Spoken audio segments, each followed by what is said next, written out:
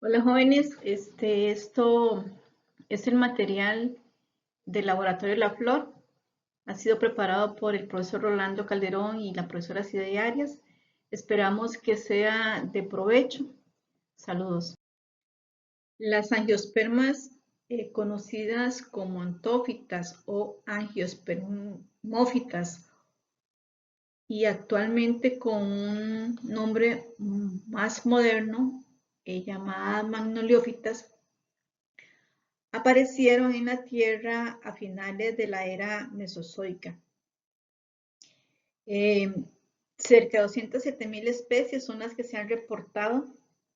La diferencia que hay entre angiospermas y gimnospermas es que en este grupo, en angiospermas, los rudimentos seminales se encuentran alojados en estructuras que lo aíslan del medio natural. Recordemos que en gimnospermas los rudimentos seminales se encontraban expuestos al aire, ¿verdad?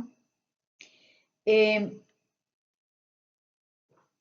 Entre las especies que conforman este grupo se encuentran especies arborescentes, arbustivas y herbáceas. Ha sido muy exitosa en explotar los ecosistemas terrestres, pero no así los océanos y mares. Uno de los aspectos importantes de este grupo es la identificación que ha logrado el ser humano y el desarrollo en los cultivos de muchas de estas especies para sustentar sus alimentos. Por ejemplo, dentro de los antófitos que el ser humano hace uso, se encuentran especies de yuca, de camote, arroz, naranja, tiquisque, también gramíneas como el trigo. Por otro lado, también ha logrado es utilizar especies arbóreas conocidas comúnmente como maderas preciosas, como en el caso del guayacán, el cenízaro, el cocolo, el cristóbal. Y no solamente eso, sino que también ha logrado desarrollar biotecnologías para mejoramiento y optimización de la producción de estas especies. Magnoliófita se encuentra conformada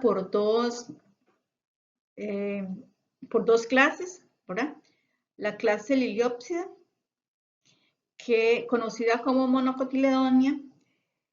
Esta clase es la más reciente, evolutivamente hablando. La mayoría de ellas son plantas herbáceas y es la menos numerosa. Cerca de 70.000 especies son las que se han reportado y se encuentran agrupadas en 67 familias. La otra clase es Magnoliopsida, conocida como dicotiledóneas. Evolutivamente estas son las más viejas, ¿verdad? Son las que tienen más cantidad de especies representativas y registradas. 200.000 especies son las que se han registrado y se encuentran todas agrupadas en 329 familias. En la clase de monocotiledonia se encuentran las gramíneas y los cereales, como les mencionaba anteriormente, que son de suma importancia para el ser humano. Y en las dicotiledonias se encuentran principalmente los árboles, los arbustos y las hierbas. Bien, además de las características vistas en laboratorios anteriores de estas dos clases de Magnoliopsida y Liliopsida con respecto al tallo y a la raíz, acá se le va a sumar la composición o la cantidad de piezas florales. En Magnoleopsida vamos a encontrar piezas florales en múltiplos de 4 o 5. Estamos hablando de los pétalos y los estambres y los sépalos. Por ejemplo, acá en esta muestra que estoy señalando, vamos a ver que esta especie presenta 5 pétalos, 1, 2, 3, 4, 5, ¿verdad? Y los mismos, y 5 estambres. En este caso hay un estambre funcional y los otros 4 estambres están reducidos y son estériles. Ese tema lo vamos a ver más adelante. En el caso de Liliopsida, ¿verdad? Esto es un lirio. Las piezas florales vamos a encontrarlas en múltiplos de 3. Por ejemplo, este espécimen, si ustedes cuentan acá, van a ver que aquí hay 6 pétalos y hay 6 estambres.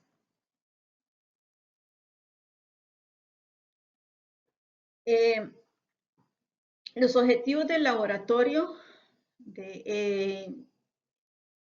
propuestos es que ustedes puedan analizar las estructuras de la flor, ¿verdad? Relacionadas con su función reproductiva en antófitas, que logren comparar y diferenciar entre monocotiledóneas y dicotiledóneas en cuanto a la morfología de la flor, a la cantidad de verticilios y las partes vegetativas, cómo esas partes vegetativas van evolucionando o se van fusionando, por ejemplo, los sépalos con los pétalos y cómo se le llama eso.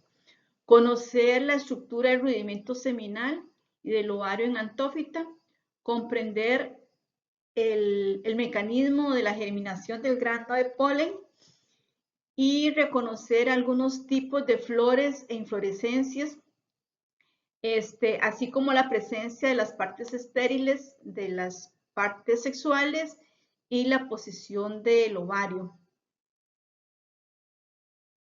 Bien, antes de analizar esta muestra, solamente recordar que la flor corresponde a brotes de hojas modificadas, ¿verdad?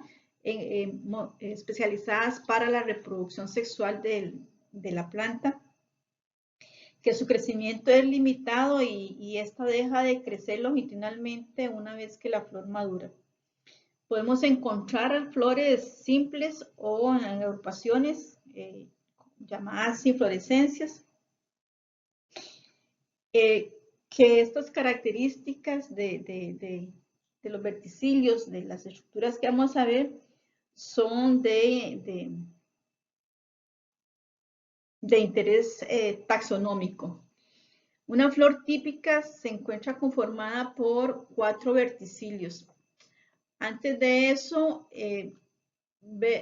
recordar que el pedúnculo es una estructura que corresponde a la prolongación del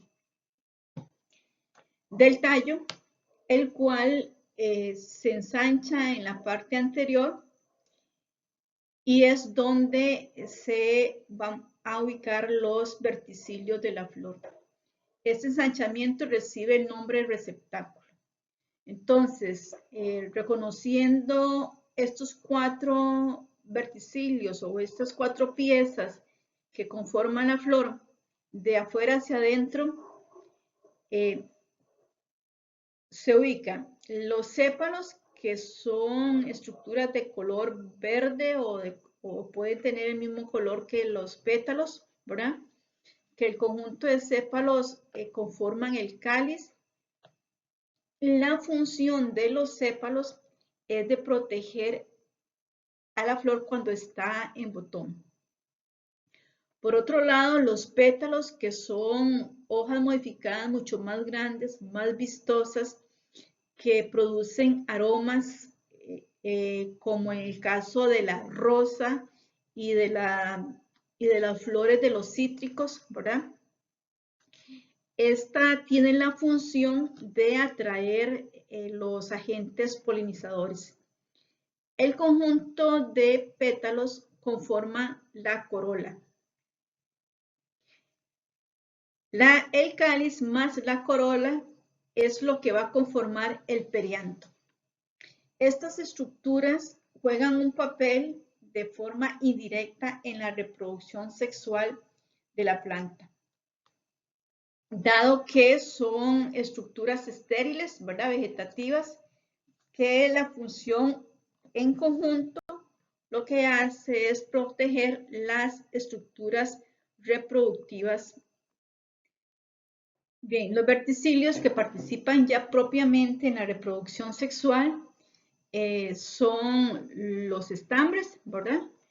Que corresponde a la estructura masculina de la flor. El conjunto de estambres conforman el androceo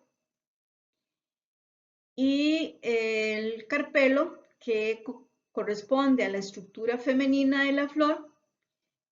El conjunto de carpelos es lo que conforma el gineceo o pistilo.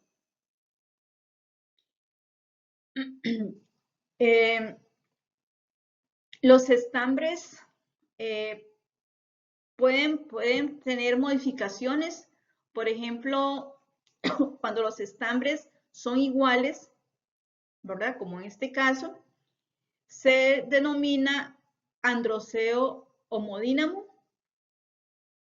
Cuando los estambres son diferentes, en este caso hay un estambre que se mira acá, que como le mencionaba anteriormente, se pueden encontrar estambres estériles. Generalmente estos estambres estériles son de menor tamaño, son más delgados. Y cuando la planta presenta esta condición, o la flor, perdón, presenta esta condición de que hay diferencia de tamaño en los estambres, entonces se le denomina androceo heterodínamo. Por otro lado, también se puede presentar estambres con filamentos coalescentes, formando una columna como la que se muestra acá. Esto es característico de la familia de las malváceas y este tipo de androceo recibe el nombre de androceo monodelfo. En este otro ejemplar, ¿verdad? El androceo se encuentra con los filamentos fusionados a nivel de la base del pétalos, ¿verdad? Esto es un ejemplar de la llama del bosque. Y a ese tipo de androceo recibe el nombre de camopétalo. Por otro lado, no tenemos ejemplar acá, pero el androceo puede tener, puede estar conniventes con respecto a las anteras. Eso quiere decir que las anteras están unidas. Y en ese caso, cuando se ve un ejemplar así, el androceo recibe el nombre de androceo signántero. Estambres, como les mencionaba anteriormente, que son estériles, ¿verdad? Que están ahí, que son estériles, que son pequeños, se denominan estambres estaminodios. Estos estambres, aquí también se muestra 4 estambres estériles. También pueden pasar a conformar la estructura de la producción del néctar, ¿verdad? El nectario. Y cumple la función también de atraer agentes polinizantes a la flor. Como mencionamos, los estambres son las estructuras masculinas de la flor y cada estambre está compuesto, está conformado de un filamento, ¿verdad? Y la antera. La antera está dividida en dos tecas que están separadas entre sí por el filamento y cada teca está compuesta de dos cavidades llamadas sacos polínicos. La dehiscencia de las anteras se efectúa de varias formas. Puede liberar el polen a través de poros terminales, a esto se le llama dehiscencia foraminal, o a través de aperturas longitudinales llamadas dehiscencia longitudinal. También puede darse una dehiscencia transversal o formando valvas, y a esta característica se le denomina dehiscencia valvar. Aquí tenemos un acercamiento del corte transversal de antera de Lilium. Recordemos que es una monocotiledonia y como mencionábamos, ¿verdad? Cada antera está conformada por dos tecas. Esta es como se marca acá, dos tecas.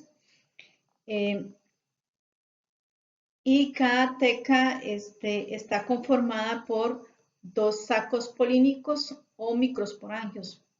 Dentro de esos sacos polínicos lo que se encuentra son los granos de polen. En este caso, los granos de polen están conformados por una pared externa llamada exina. Esta pared es gruesa y resistente, es muy ornamentada, como se ve aquí, ¿verdad? Y en ella se encuentran los poros de germinación, como se muestra aquí en esta fotografía de microscopía electrónica, que es por donde van a emerger los tubos polínicos. Aquí no se mira, pero también existe una pared interna llamada intina que es mucho más delgada. Entonces, estas dos paredes son las que protegen el material genético que porta el grano de polen. Las diferentes especies pueden presentar diferencias en ornamentaciones, en la cantidad de polen, así como el número y disposición de poros germinativos. El carpelo es la estructura femenina de la flor, ¿verdad? Y es homólogo al megasporófilo en plantas vasculares inferiores. El conjunto de carpelos es lo que se llama gineceo o pistilo. Cuando los carpelos mantienen su individualidad, a esta condición se le conoce con el nombre de gineceo apocárpico.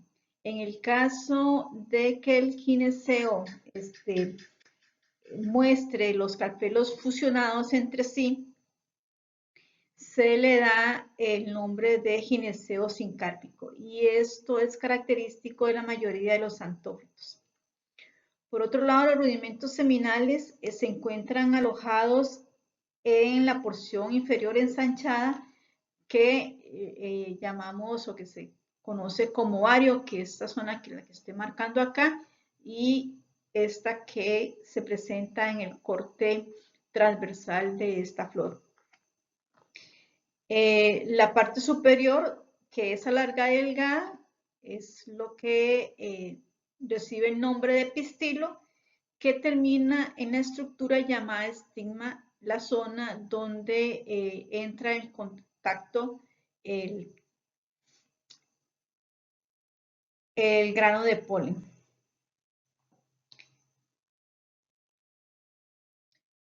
Por otro lado, aquí se les muestra un corte transversal de ovario de Lilium.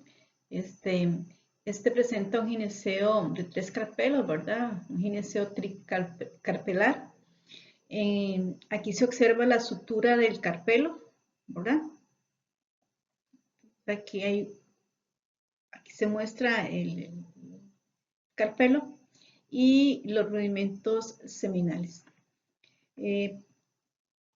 También en este otro corte histológico se muestra la célula madre de la megáspora. Esta estructura se desarrolla en el núcleo del óvulo, ¿verdad? Y lo que va a desarrollar al final del proceso de la megasporogénesis es el gametófito femenino. Bien, aquí se presenta un ejemplar de un gineceo apocárpico. Esto es un corte longitudinal del ovario clavelón. El lugar de la unión de los rudimentos seminales con el ovario se llama placenta, ¿verdad? Y la disposición de los rudimentos seminales puede variar. Por ejemplo, en este caso, se está mostrando una disposición de los rudimentos seminales que están recostados a la pared del ovario. Esta posición se le denomina placentación parietal. También los rudimentos seminales se pueden encontrar en la parte central, ¿verdad? Del ovario, y en este caso se llaman rudimentos, placentación, perdón, central.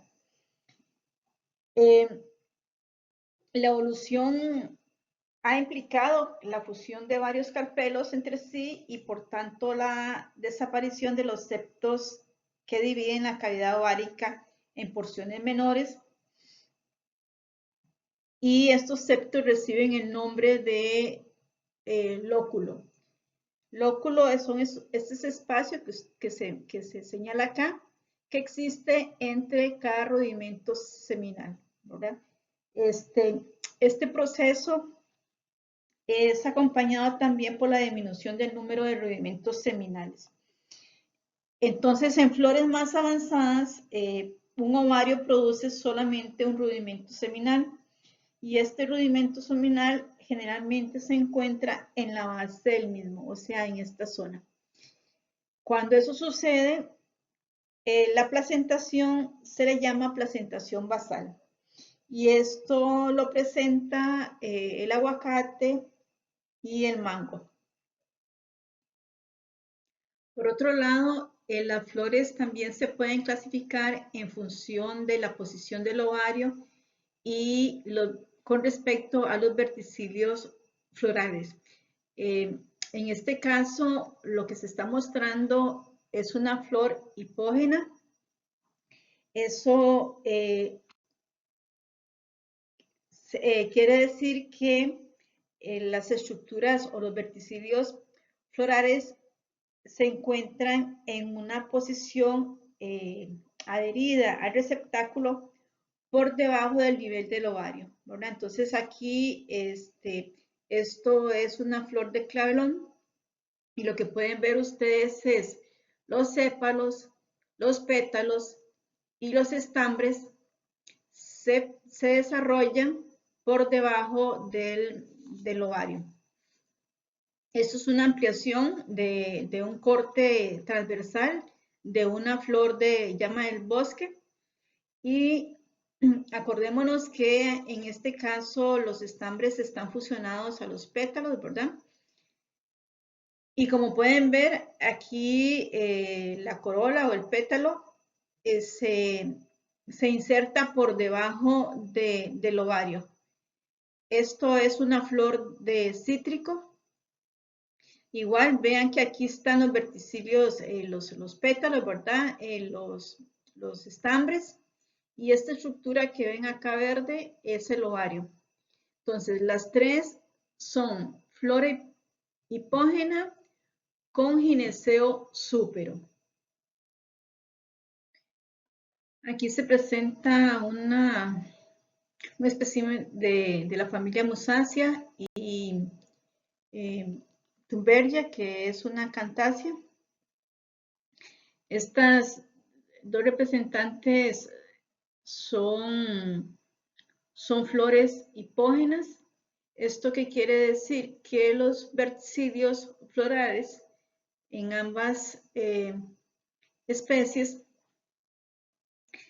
se encuentran por encima del gineceo. Por aquí pueden ver el gineceo en las dos y el verticilio se encuentra por debajo, perdón, se encuentra por encima del gineceo. Además de eso, el ovario y el receptáculo se encuentran fusionados. A esta característica se le llama hipantio. Entonces, lo que tenemos acá es flor hipógena con ovario ínfero, ¿verdad? Ínfero, ¿por qué? Porque el ovario está por debajo de los verticidios florales. Aquí se muestra la flor perigina. Esta es una flor parecida a la anterior en cuanto a la posición del ovario con respecto a los verticillos. La única diferencia es que el receptáculo no está fusionado con el ovario, ¿verdad? Aquí ustedes pueden ver los sépalos, los pétalos, ¿verdad? El androceo, el gineceo y el pedúnculo, que acordémonos que es una extensión del tallo que se abre en receptáculo. Entonces, repito, esta especie que es la rosa, presenta un gineceo semi-ínfero y una flor perígina. A continuación se presenta material de diferentes tipos de flor según la disposición, la presencia o ausencia de los verticillos florales. Esta es una flor simple que presenta cáliz, el conjunto de sépalos, esos de color verde amarillento. Además tiene otro verticilo antes del cáliz que se llama epicáliz.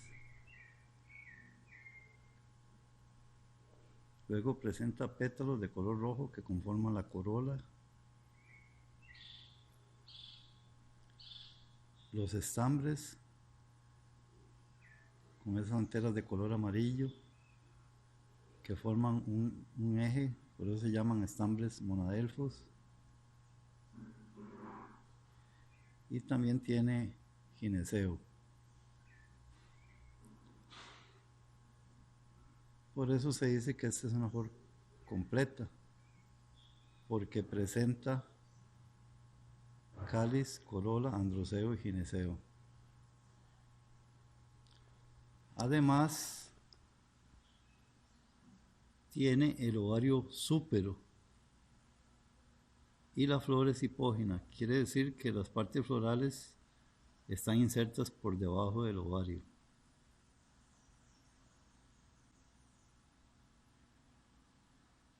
Esta flor es la de clavelón, una malvácea. Esta flor es conocida como sombrero chino, de la familia Labiaceae, del género Conscolquia. Presenta simetría radial. Es una flor completa porque presenta androceo y gineceo.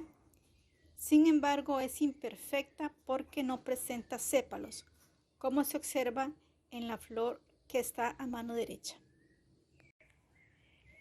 Esta flor es Thunbergia. Es una flor con simetría bilateral, o sea, es una flor zigomorfa. Esta es una flor que tiene todas las partes florales. El cáliz, conjunto de sépalos. La corola, en este caso blanca, conjunto de pétalos. También tiene estambres, que el conjunto forma el androceo, la parte masculina de la flor. Y también tiene El gineceo, a veces denominado pistilo. Ahí se observa el ovario de color verde. Quiere decir que es una flor completa porque tiene todas las partes florales: cáliz, corola, androceo y gineceo. Además es perfecta porque tiene gineceo y androceo.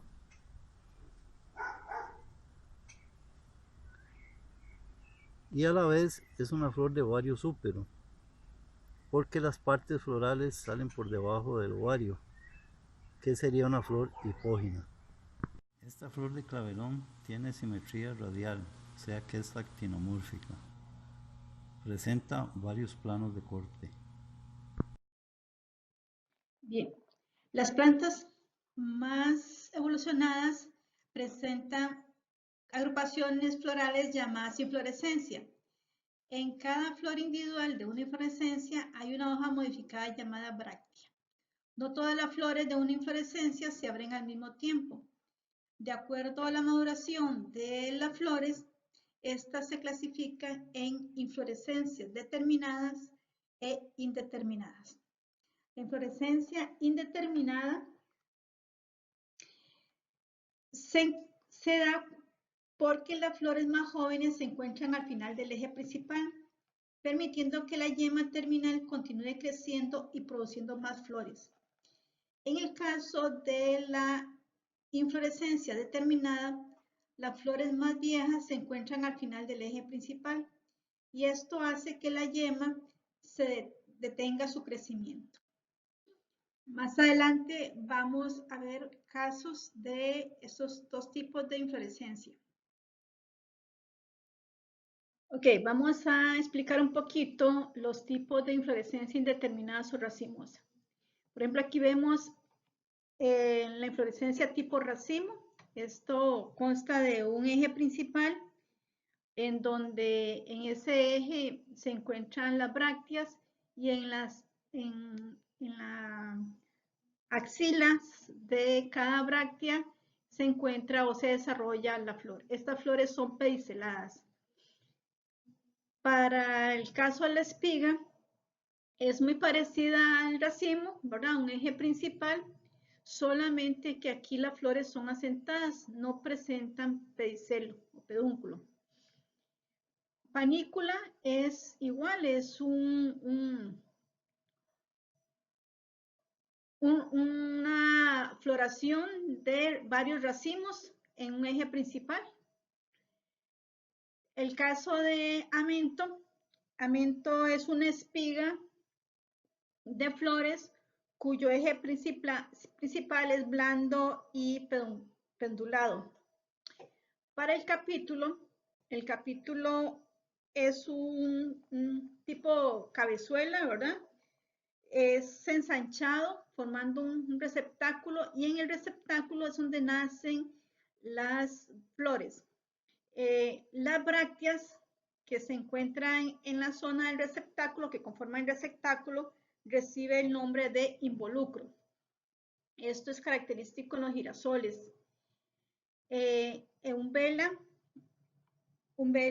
es un racimo con crecimiento de flores en el ápice y pedicelos muy acortados, ¿verdad?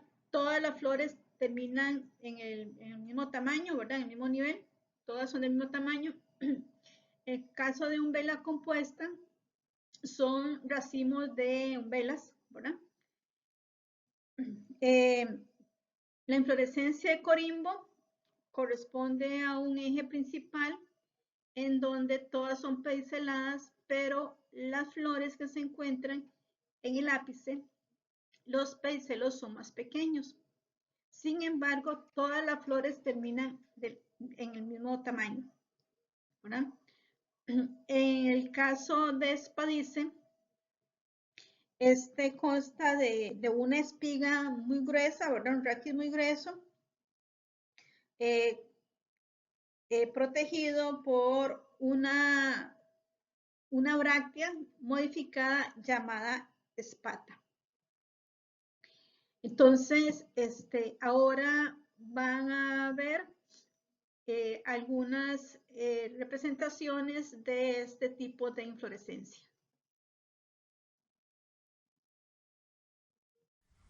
Estas inflorescencias pertenecen a la familia Musaceae, la familia del banano. En la mayoría de los casos, las inflorescencias están acompañadas por brácteas. Esas estructuras rojas que se observan ahí se denominan brácteas. Y siempre hay grupos de flores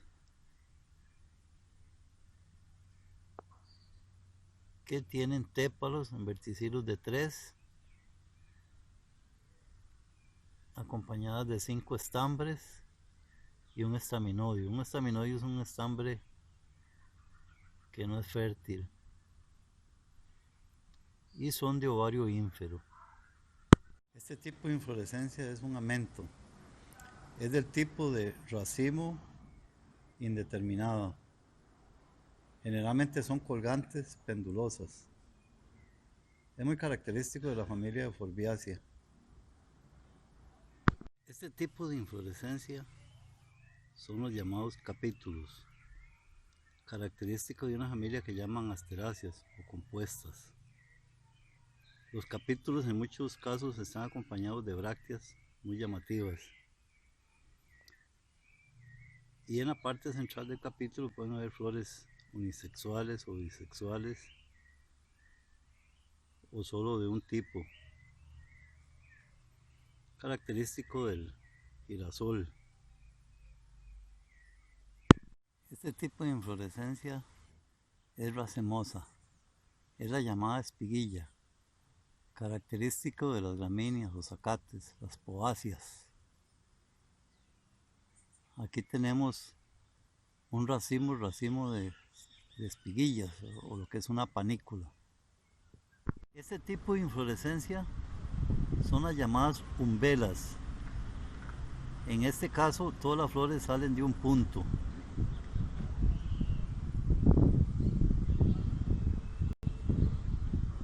Inflorescencia indeterminada denominada umbela. Esta es una inflorescencia de Caesypinia de la familia Fabiaceae. El tipo de inflorescencia es racimosa y el crecimiento de las flores van de la base hacia arriba. O sea que las flores más viejas son las que se encuentran en la base. Esta es una inflorescencia tipo panícula terminal con infloraciones primarias del género Mangifera. Bien, vamos a ver inflorescencia determinada o cimosa. Por ejemplo, acá están observando el dicacio simple. Este corresponde a un eje principal que termina en flor, ¿verdad? Y por debajo de este se encuentran desarrollos de flores de forma opuesta. Dicacio compuesto no es más que racimos de floraciones tipo dicacio simple. Vea que se mantiene la estructura de un eje principal que termina en una flor terminal, ¿verdad? Como acá, acá y acá. En el caso de monocacio, pues son ramificaciones alternas que empiezan de abajo hacia arriba. Este es el caso de monocacio compuesto. Aquí hay un error, ¿verdad? Y no es más que como varias floraciones de monocacio en una misma, en una misma planta, una misma ramificación. En el caso de cincino tiene flores alternas, laterales, ahora en direcciones opuestas. Y ripidio es muy parecido a cincino, solamente que si se le ponen atención, Vean que aquí el crecimiento del eje principal, los pedicelos de las flores son de diferente tamaño, ¿cierto? Pero todas las flores terminan en el mismo nivel, cosa que no sucede en Cicino. En el caso de Scorpoide presenta ramificaciones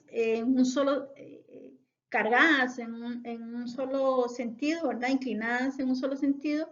Al final tienen una forma como la cola de escorpión, por eso el nombre. Bien, enseguida van a encontrar algún material que muestra alguna de estas inflorescencias. Estas flores son de la veranera. Generalmente las flores de veranera están acompañadas por brácteas. Esas estructuras que se observan ahí de color fucsia son brácteas. Y las flores son esas blancas con corola tubular. Y es un tipo de inflorescencia cimosa que se llama dicacio, donde la flor central fue la primera en madurar. Esta planta le llaman chicasquil, es de la familia Forbiaceae. Se caracteriza porque presenta un tipo de inflorescencia determinado o cimoso llamado dicacio compuesto. Es característico que la flor central es la primera que madura, por eso se llaman determinadas. Ok, seguidamente, jóvenes, se les presenta un video donde se explica la polinización, pero principalmente cómo ocurre la fecundación una vez que el grano de polen ha logrado llegar al estigma. Entonces lo dejamos con este video. Polinización y crecimiento del tubo polínico. La polinización es el proceso por el cual los granos de polen logran llegar a la punta del estigma de la flor. Este proceso es llevado a cabo por factores bióticos y abióticos. Dentro de los factores abióticos están el viento y el agua, y dentro de los factores bióticos se encuentran los animales. Una vez que el grano de polen está en el estigma, este debe ser activado por hormonas y compuestos químicos liberados por la flor. Si esto sucede, el grano de polen se hincha y empieza a crecer el tubo polínico, que es de hecho una única célula que contiene un núcleo llamado núcleo vegetativo y una célula completa llamada célula generativa. Esta célula generativa va a proceder a hacer una mitosis para producir dos células espermáticas. Se las va a llamar espermas y no espermatozoides, ya que carecen de los flagelos necesarios para que puedan nadar por sí mismos. En consecuencia, el tubo polínico debe depositar los espermas desde el estigma hasta el megasporangio inmaduro o semilla inmadura.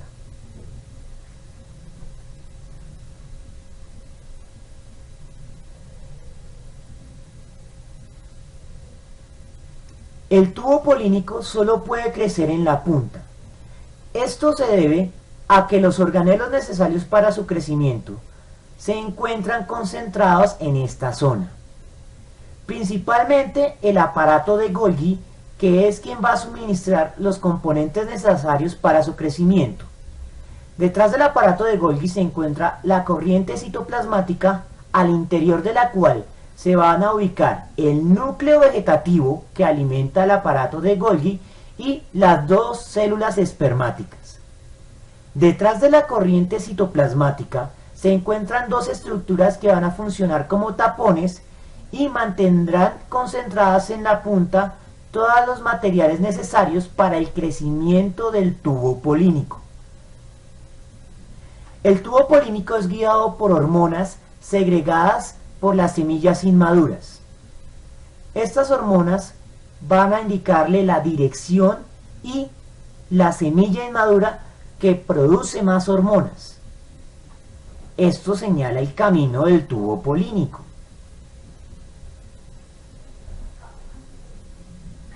Debido a que la única apertura de la semilla inmadura o megasporangio es el micrópilo, es hacia esta dirección hacia la cual el tubo polínico va a crecer.